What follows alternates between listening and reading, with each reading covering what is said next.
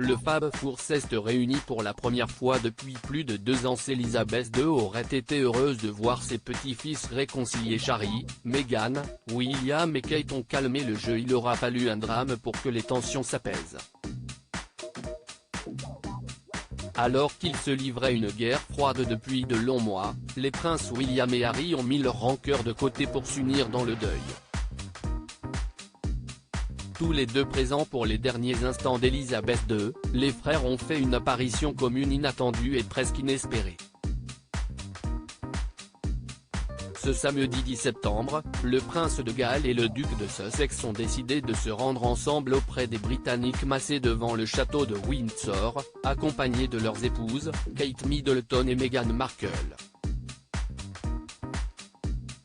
Une image qui fera date puisqu'on ne les avait pas vus côte à côte depuis 2 longues années et le dernier engagement des Sussex au sein de la famille royale avant qu'ils ne la quittent. C'était le plus beau cadeau que la reine pouvait espérer, écrit une journaliste du Mirror, émue devant cette image que l'on n'attendait plus. Entre les murs de Balmoral, en Écosse, les princes Harry et William ont sûrement eu l'occasion de calmer les tensions. Dans ce château écossais où il y a presque exactement 25 ans, les frères ont été réveillés au petit matin pour apprendre que leur mère était morte dans un accident de voiture à Paris. La mort de leur grand-mère bien-aimée leur a fait voir au-delà du fossé ? Se demande-t-elle.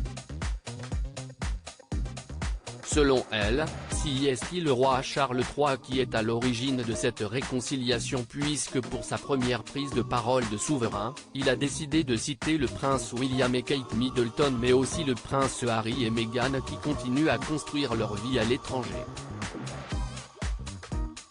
Harry et William réunis, cela aurait été un immense réconfort pour la reine et même si le chemin vers une entente peut être long, la famille royale reste méfiante de ce que le prince Harry racontera dans ses mémoires et s'inquiète de l'avenir du partenariat des Sussex avec Spotify et Netflix. La mort d'Elizabeth II a marqué un tournant important dans les relations. Les 4 peuvent au moins faire preuve d'unité quand si est nécessaire, ils peuvent agir avec bienséance et dignité, note-t-elle. Il y a un long chemin à parcourir. Mais leur grand-mère aurait sûrement été soulagée et fière. L'experte Ingrid Seward tire le même bilan de cette apparition du Fab Four. Cela aurait été un immense réconfort pour la reine qui, parfois, semblait être le seul fil reliant Harry à sa famille, explique la journaliste spécialiste de la couronne. Il est tout à fait possible que grâce à ces émotions fortes, les frères deviennent amis plutôt qu'ennemis. Le deuil rapproche les familles, assure la spécialiste. Cela aurait pu être l'un des derniers souhaits fervents de la reine que sa famille soit réunie.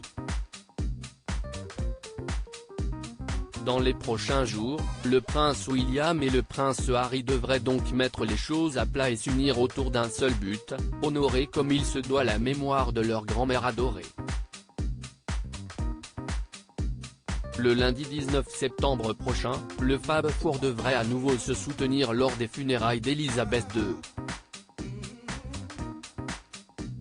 Il se pourrait également que d'ici cette date le prince Harry et Meghan Markle fassent venir leurs enfants en Angleterre.